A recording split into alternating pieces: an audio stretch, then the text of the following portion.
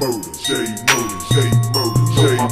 recognize Heckler House. Oh, oh, oh, oh,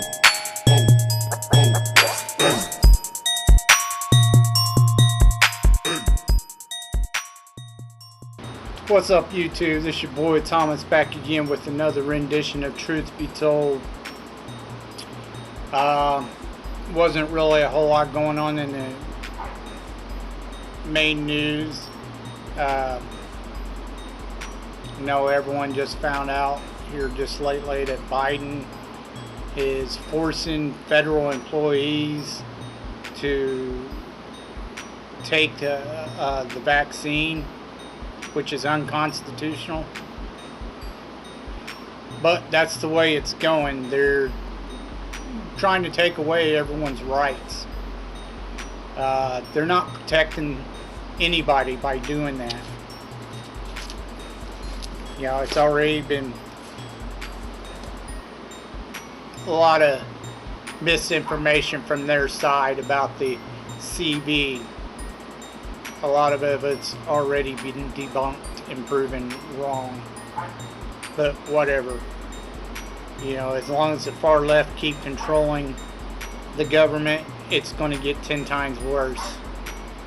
You should see other countries. Australia is really getting it bad.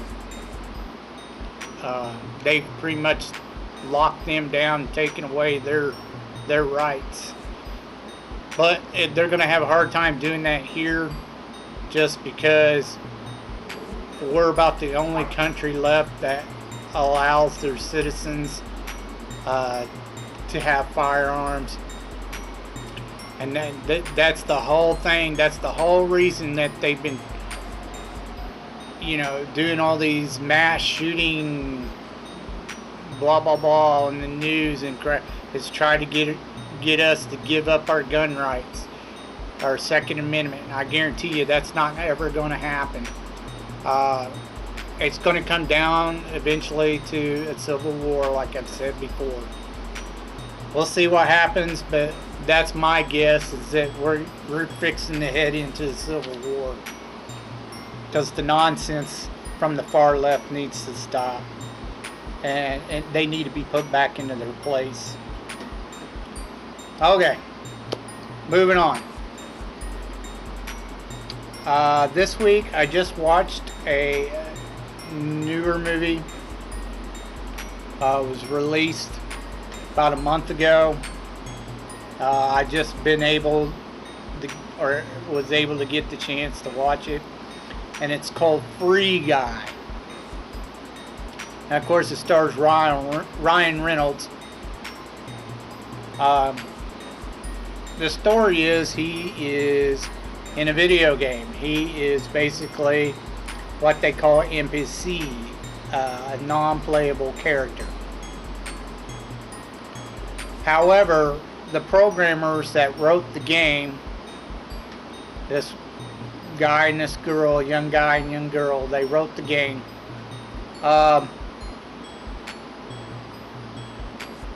They put in the game a sort of AI. Like in the game, the NPCs actually grow. They learn. They start making their own choices and own decisions. Now supposedly this other guy comes in and pretty much steals their game and their programming and changes the game a little bit to make money, a major profit off of it. However, the original code of the programming or game is still in the game. That's where Ryan Reynolds comes in. He plays an NPC who is basically an AI. He learns, he grows, he adapts, and he changes. He helps them out to uncover the truth and stop the baddie who wants to make millions off the money, and prove that the original programming is still there and it belongs to this girl and this guy. They go throughout the game figuring this out. Eventually they get it done and they stop the big baddie, and they're able to develop their own little version of their game. End of story. Everybody lives happily ever after.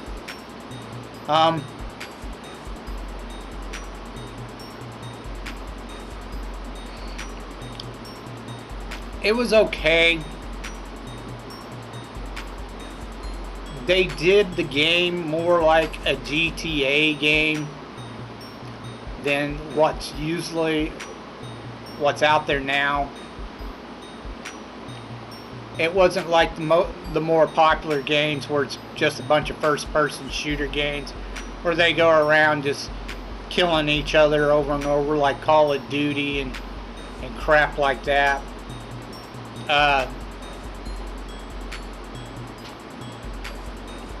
It's okay.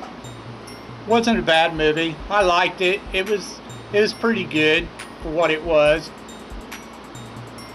Yeah, it was a decent comedy. Yeah, I had a couple cringe moments in there where they told a couple of woke jokes, which wasn't funny. It was dumb. But other than that, for the most part, the movie wasn't bad. It was alright. It was pretty good. One of the better comedies, or even movies I've seen come out lately. I give it 2 thumbs up. Check it out. If you like it, action, adventure, comedy, you'll like it. It's not bad. Alright. Let's move on to our B-movie reviews. Alright, Movieholics. This month is Horror Month.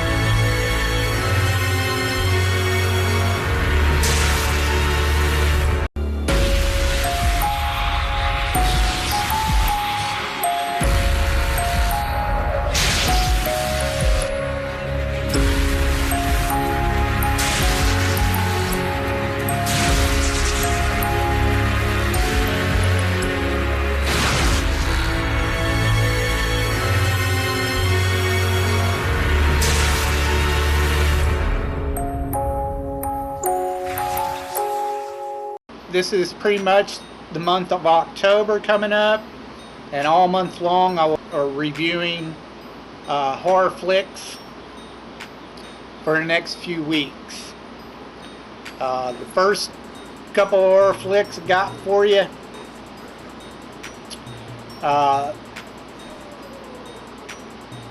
is the first one and the sequel. There were only 2 of them. The first one was called Chud, C.H.U.D, abbreviation for cannibalistic humanoid underground dwellers. It actually means something else. I can't remember. Chemical hazard, something. I don't remember what it exactly meant, but this movie was done in 1984. It only made a measly $5 million, which wasn't all that great back then. It starred John Hurd, Daniel Stern. You probably know him from the show Grimm. He played the werewolf. And Kim Greist, or Greist. Not sure how you pronounce that. You also had a cameo appearance of John Goodman in this film. He had a small little tiny bit part as one of the cops in like a diner or cafe. He's only in it for like 2 minutes. And he's really young in that, so it was kind of shocking to see him in that. But yeah, John Goodman's in this. Has a cameo in it. Anyways, It was before he was really famous. Um, the story. Basically, you have a research development company who does experiments with radioactive material and other kind of isotopes. They get their sludge and crap from all kinds of companies, and they're kind of like a disposable company. They get rid of, radioactive and dangerous chemical bio products, that kind of stuff, like a dump site for it. However, what they've been doing is they've been sticking it underground or underneath in the sewers of New York City.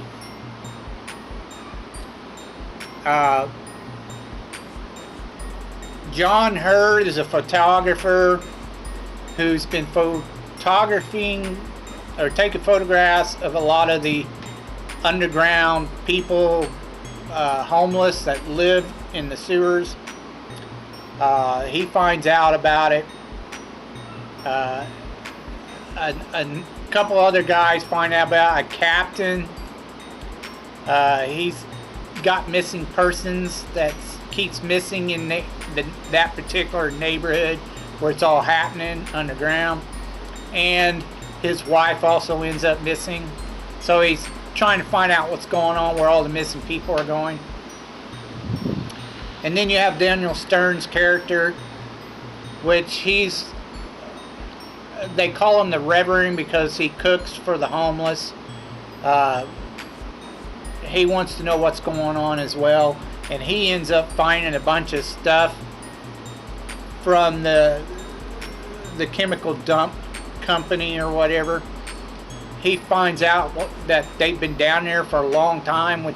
They're only supposed to be down there for a week, like every 6 months for like a week. They check stuff, but they've been down there for like a month, and he knows something's going on.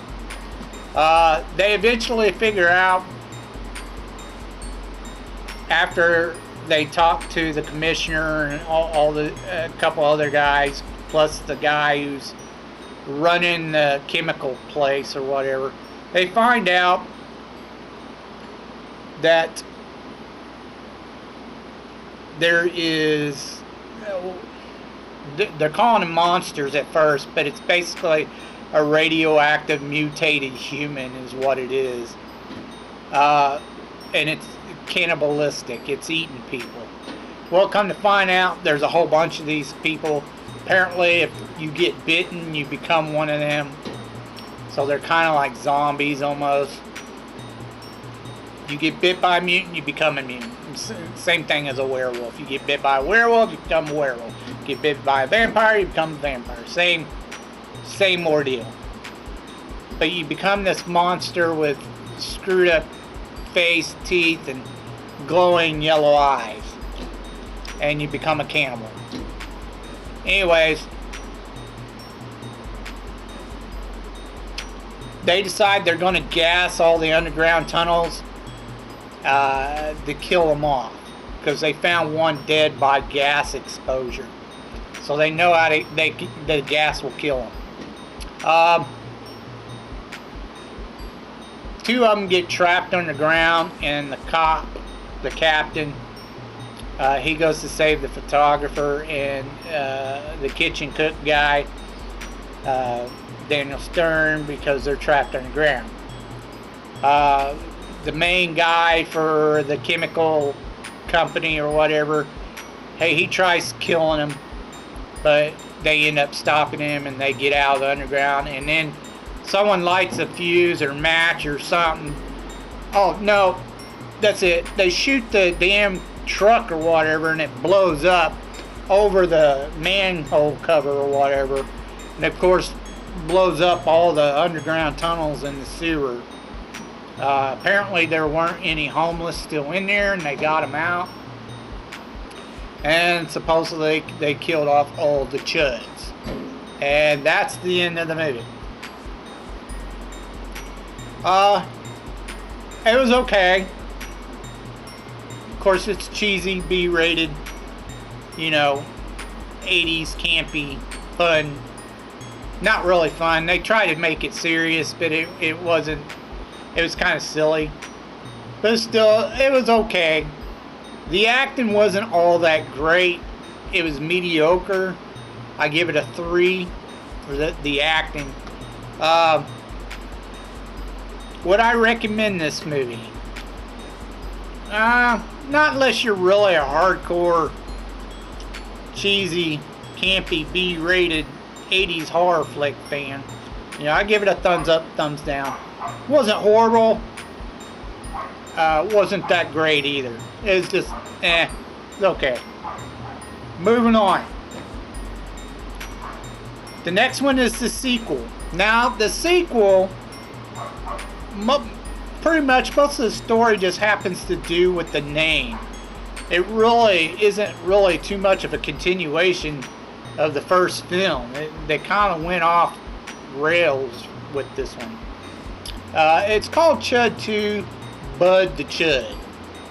Now this is more of a comedy horror flick. You know, you have more comedy in it. And the Chuds act more like zombies. You know, they run around trying to eat people and turn them into Chuds. You have a colonel, he's trying to stop him. He goes to the town to find an escaped Chud, out of the last Chud out of the facility, which they call Bud. And he goes around chewing on people until they all become zombies in this town. The only way to stop him is to freeze him and then electrocute him, which blows him apart in chunks, destroys him. They eventually do all that. Couple teenagers, two guys and a girl, they're teenagers. They eventually figure it out and do that. One of the guys, he gets bitten on the foot and doesn't tell the others, and he basically becomes a Chud. The colonel also somehow gets bitten and becomes a Chud. And there's a woman at the end who's also a Chud too. So there's 3 of them at the very end, and they drive away out of the town together. And that's the end of the movie.